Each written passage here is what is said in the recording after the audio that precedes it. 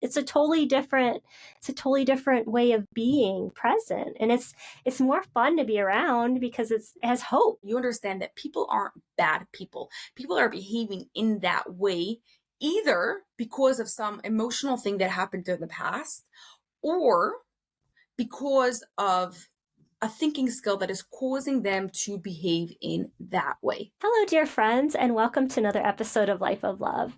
We explore everything that brings our life more joy, all the curiosity that we can bring in to enhance our lives. And today is a very special day. I get to stream from Israel. And ST Rappaport she was visiting Israel and she's decided to stay and help. So she's an angel. We talk about angels on my show, and I just want you to know she's a living, breathing angel sitting here with me. And we're just wrapping protection around her, and hopefully this all clears up because it's atrocious. And so not to focus on that, but we're focusing on our life of love and living your best life involves showing up in your best self. And sometimes when you're different, you have to really search to find that path, but it gets illuminated so clearly. And I'm really excited to have ST bring her story. She's a brain engineer and she's going to tell us what that means. And she's just an amazing human. So without further ado, welcome, ST. Thanks for being here on Life of Love. Thank you so much, Julie, for having me. I'm so excited to be here with you today. Well, your devotion to helping humanity is just so apparent. And, I'm just really happy that you carved out this time in the middle of the night to meet with me because you're halfway around the world, basically. And I don't take it lightly. So thank you. All right. So let's just dive right in.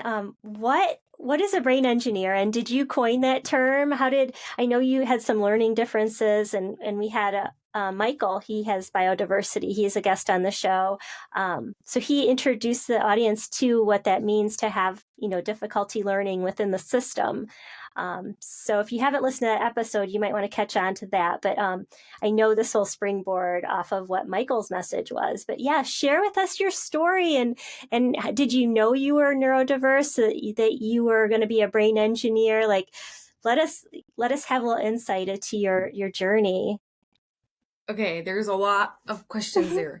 Okay. I'm going to pick and choose where I'm going to start from, though.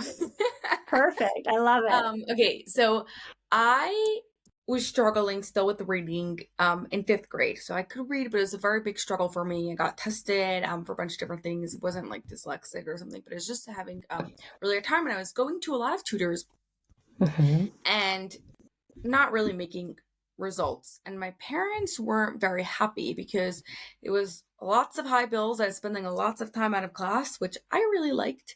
But like it wasn't actually getting me what I needed to do. So they brought in essentially a brain engineer, but the official term of it is a Feuerstein mediator. This is someone who is trained in the Feuerstein method that works on how your brain is thinking.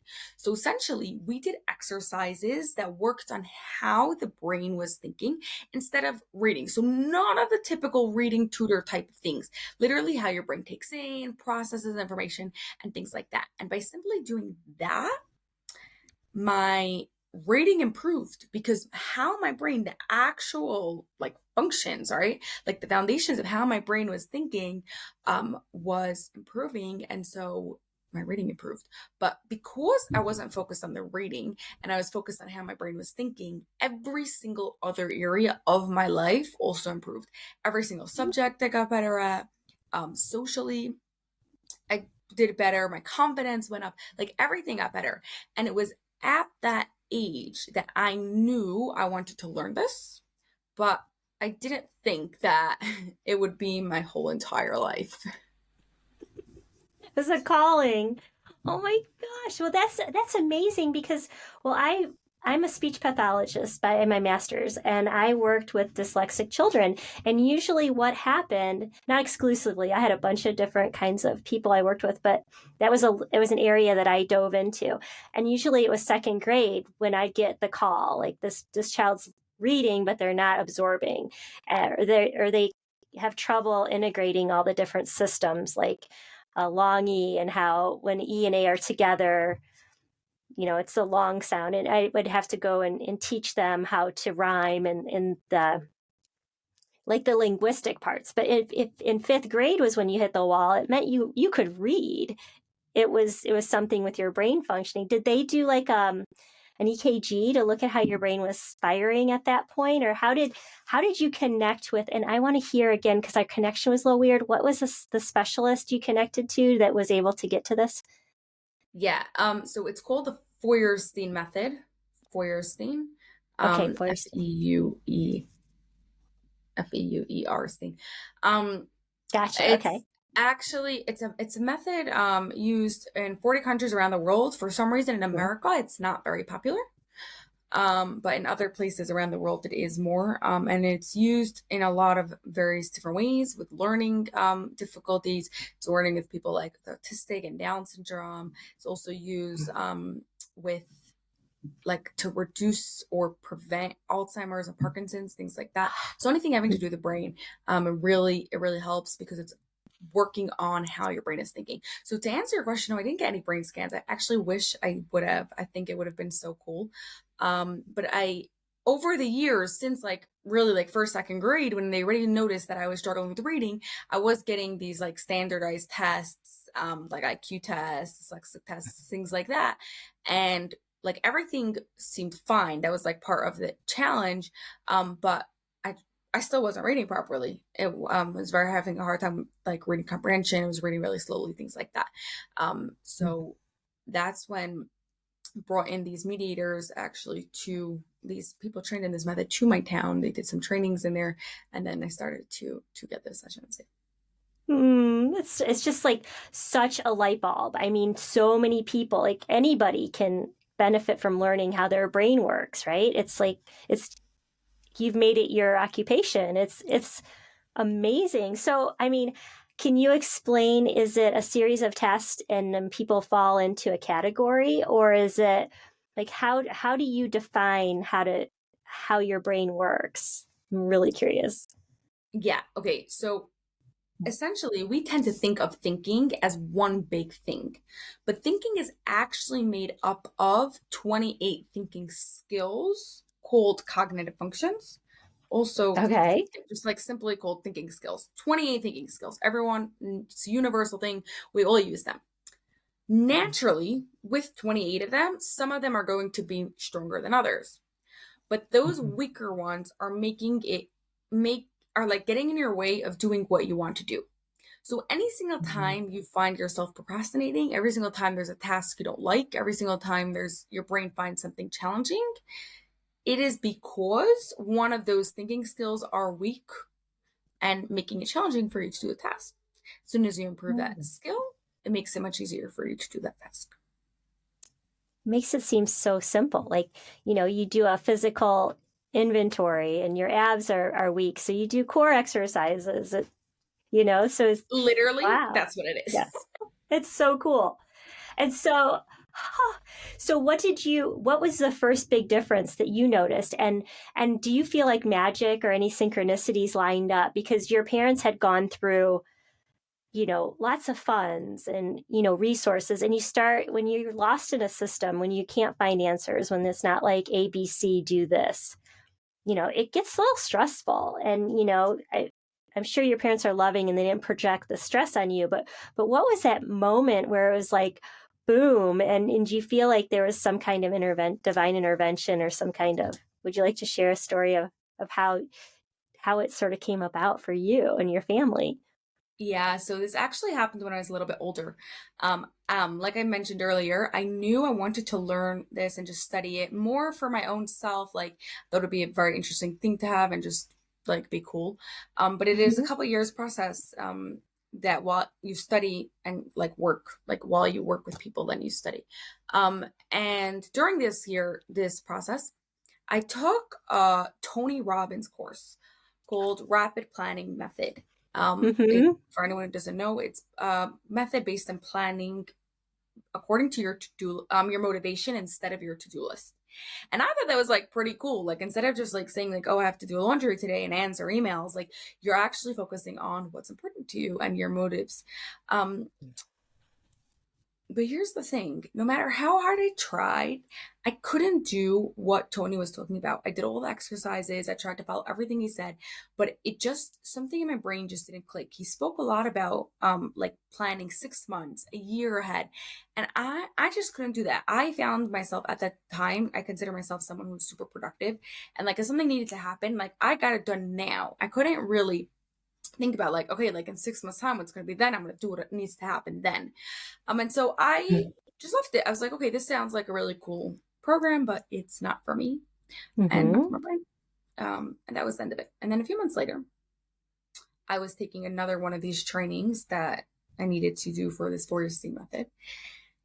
And this training was on the specific thinking skill of categorizations. Okay. Now, categorizations is a very interesting thinking skill. It's about taking things in a group and splitting them into groups. So let's say if I give you like a bag of marbles, like I'm sure you could split them according to color. But it also Mm-hmm. works the other way. If I have give you random items, can you put them in groups that go together? Now, on a basic level, if I give you like different animals, you could probably sort them to animals. But what happens once it becomes a lot more abstract and complex?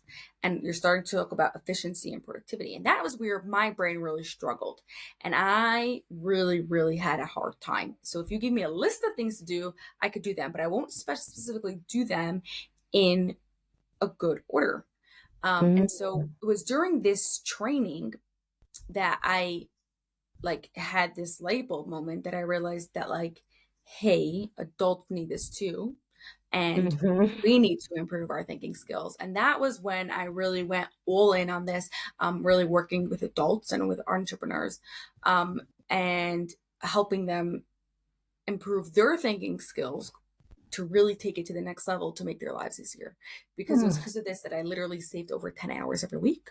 I tripled my business. Like everything changed. Like that's like you like what that moment was. Like it was then that I was like, oh, all I need to do is like make a few shifts and like everything works. Because all of a sudden now my brain had a different thinking skill, or an improved thinking skill, I should say, that it made it a lot easier for me to do all the things that I wanted to do. That is so amazing. That is such a I love it. And I'm an advocate for knowing your why, having your value. Like what when you wake up in the morning, what's your purpose? And if you can say, genuinely, like I'll say, my purpose is to have a joyful life, to feel connected, and to serve at the highest good. And if I can keep those three things, even if I don't do anything like post a video, a reel on Instagram, but if I'm showing up for my neighbor, I save a turtle that's trying to cross the street, like I'm living in my joy and I'm purposeful, and no one can tell me what my joy is. And then to me, that autonomy is really important, and it makes me more efficient because everything that I'm doing has a purpose. I'm not doing busy work. So it resonates with me so much to have categories. So you can be like, all right, do, and you understand that that's part of your important category. I love that. I did want to talk to you. Okay, so a lot of us have parents who are getting older, and you mentioned Parkinson's disease and Alzheimer's.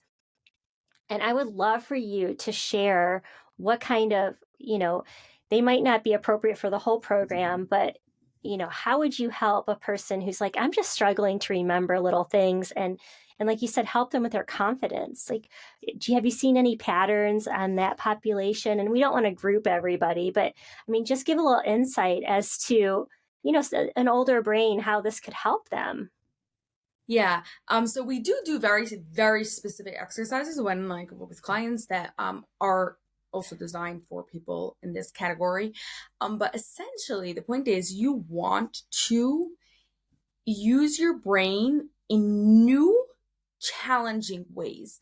What happens is often, and people at this stage or even earlier, we start falling into the things that we love to do. And we do the same types of things over and over again, which is good because like we're strengthening the same neural connections over and over again, but we're not developing new ones. And things that aren't used, then like we lose them. So if you can make simple shifts to give a new challenge to your brain, you are going to do like wonders on a whole new level. So for example, if you have a parent who like loves crossword puzzles, right? Instead of Mhm. doing just another crossword puzzle anymore, what about introducing to them like Sudoku or Binax or like another type of brain challenge that they're not used to doing. Now I know Mm. like already some of you are thinking about like the pushback, but they're like, no, but they like to do this. And they're like, I don't know how to do this. And they already like fall into the phase of like, I'm too old to learn or things like that. So it is going to take patience, and it is, you Mhm. don't want to like force them into doing something that they don't want to do, because afterwards they're not going to like. I could talk to you about mediation if you want, like how we help Mhm. someone get there. But the point is essentially you want to approach the situation in new and challenging. So take them to new places. If you, instead of going to the same park and the same walk they usually go to somewhere new and challenging for that brain. That makes sense. I love that.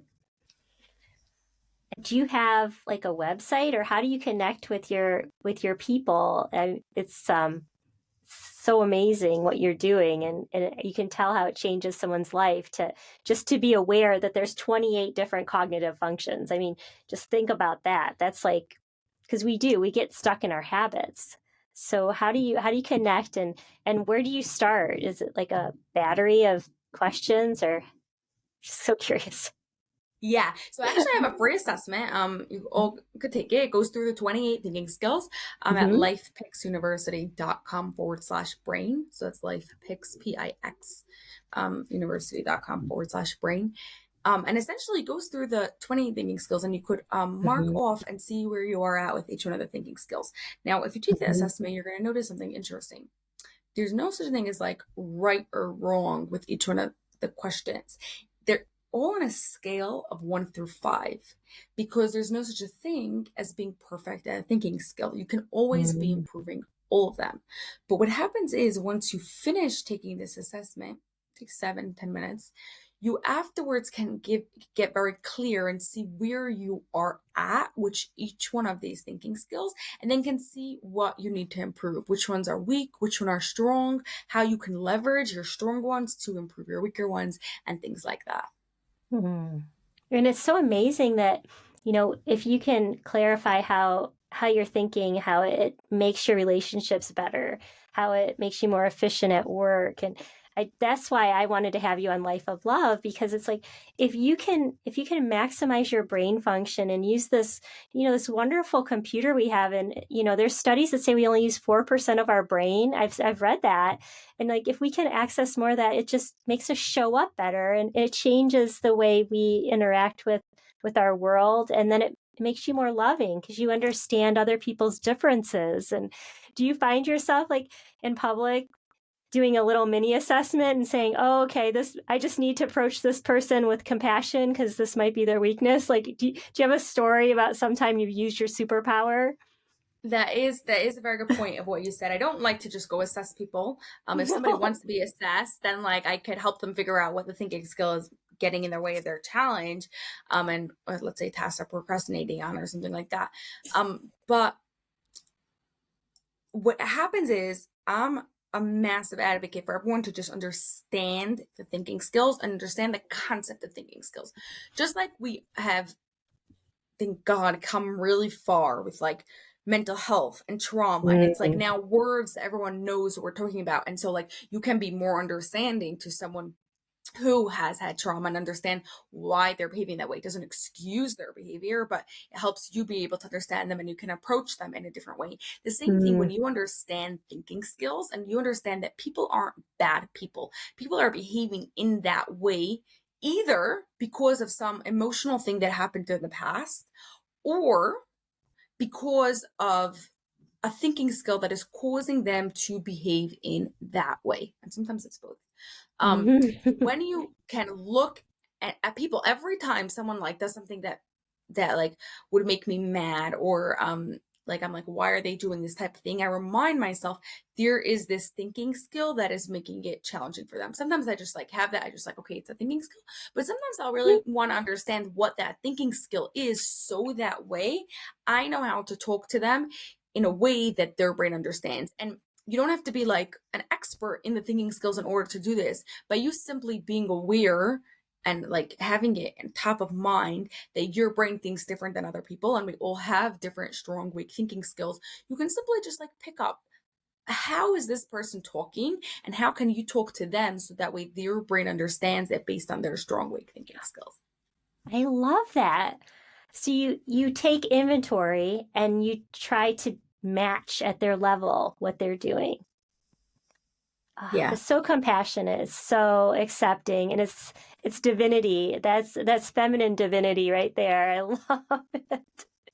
And then, like, have you ever been dating someone where you're like, could you could you could you improve this cognitive function? Like, It is like, okay, we do have this weak cognitive function or something like that. But to me, I'm a very like I really want to see a person growing. And so hmm like we all have weak cognitive functions. You talk to me, I also have weak cognitive functions. I've made massive improvements, but I still have a long way to go. And until the day I die, I will be working on them and be getting better at them. And so as long as we have the real growth mindset, have you ever read the book Mindset by Carol Dweck? Yes, yes, yes, Yeah. yes. So So good. as long as we have that growth mindset and like want to be learning, and it's okay if we make mistakes, but we're on this process of continuing to grow, then it's all right. It's okay. You're human. Mhm. Yeah, that major thing that it's so that you don't freak out when your child messes up. You don't, it's okay. You're accepting that unconditional love and you guide and you use that self-compassion to help to nurture your own mind. It's huge. I know that I've recently realized that after a certain time of the day, I sort of lose my focus. So if I take notes, like I scribble stuff, but it keeps me focused and it helps me know where I want to go next. And it's really made a big difference. But it takes me being aware that my mind is wandering. And, it's not that I'm not interested, but I know that's one of my cognitive, like my sustained attention. I get a little distracted. And it could be because I've called in my guides and I'm asking for their input and they might be all trying to talk to me at the same time. It's probably partly my fault, but I thank them for helping me. But I do have to keep my notes. And so I can relate to what you're saying I just want so to add much. one thing about what you're saying on the self compassion.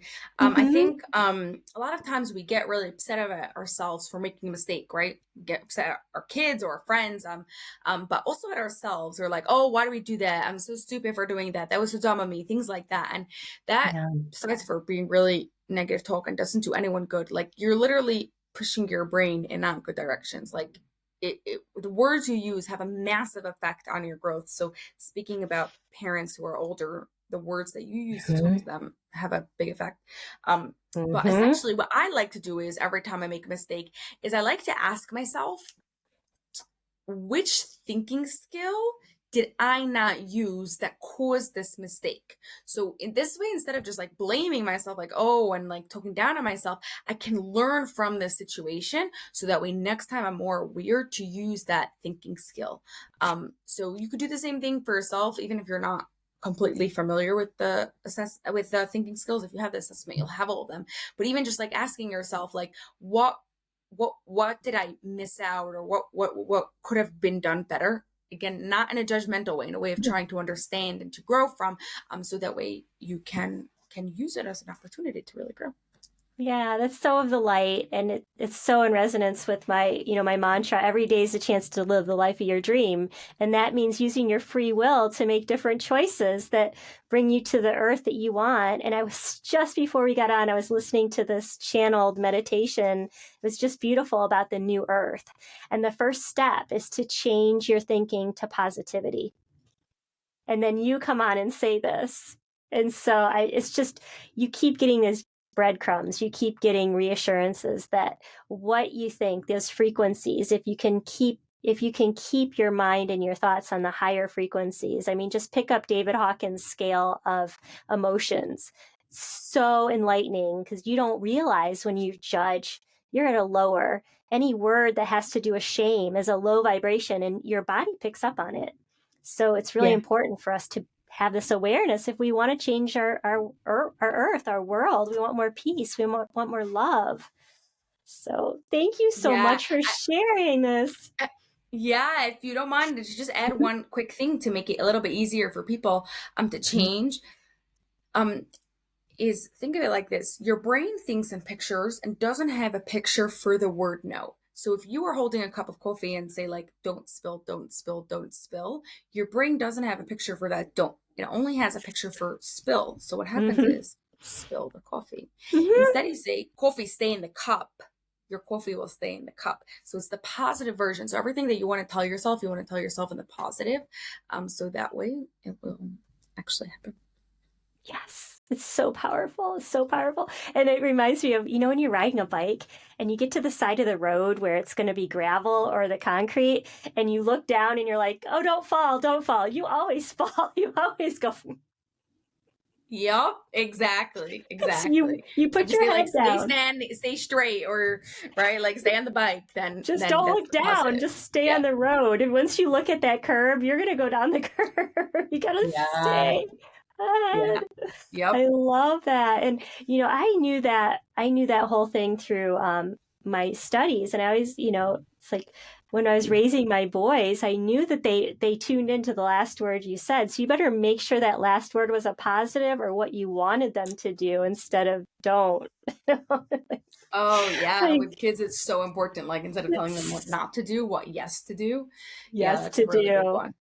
So those parents, it's a superpower. If you can tap into your kid's superpower, then you can get more done. And I'll tell my kids ways I used to manipulate their behavior without them knowing now, and they're like, "You're so conniving." And it's so fun. I'm like, no, I would just tell you what a good job you did and catch you doing what I wanted. I would never tell you don't do something. I just say, look at you. You're so amazing when you pick up all your clothes off the floor. You're so strong. And I'd be like Have reinforcing them you picking have their you ever heard of the nurture heart approach method? Oh, is that the one, the blessings of the skin knee? Is that in the same realm? I don't know. I don't think so. But it's I essentially like wonder. what you were saying. It's like no Mm-hmm. negative focus and just giving like that positive focus and like giving Mm-hmm. those compliments on exactly what you were saying, um, on like what you do want them to do. Mm-hmm. It's a wonderful method. Anyone who has kids, It's especially if you have challenging kids, it's amazing because it doesn't only work on like just like the typical compliments. They have a very Mhm. specific formula on how to Okay. develop compliments that like build the inner wealth. I don't know if you want me to go into it. It's a completely different Yeah. topic, but the nurture heart approach, essentially, Inner if you're a wealth parent. is it's so important. It's just so important to have that insight. And like when they fall, to not be like, oh, you're injured. You can be like, oh, that Yeah. looked like it hurt. That looked like it hurt. Do you want some ice? Like, and what you're talking about, go to resource, go to creativity. If you miss your mark, it's not that you're a victim and you're weak. You're like, well, let me go to my toolbox and see which one I missed. It's a totally different way of being present. And it's more fun to be around because it has hope. So if you're a parent, you're a grandparent. I mean, grandparents can really influence their children, and you have more time to do things like this. But that nurture parenting, I love that. I love that. I think that's a great wormhole to go down, and it can change the world. Oh yeah. Oh yeah. Oh, this has been such a delight. I appreciate you taking the time and staying up really late to be on this call with me. And I'm going to share your website in the show notes, and so people can look at what you have to share. I mean, it's a gold mine, and it's a treasure chest. So I know that there's 48 things that, not 48, 28. Sorry, the 28 things that you can look at and learn more about yourself, and love yourself more because you're a divine one of a kind. Oh, thank you so much, Julie, for having me. This was so much fun. It was fun. I really appreciate your message, and it's empowering. So it's been a delight. Thank you. Thank you.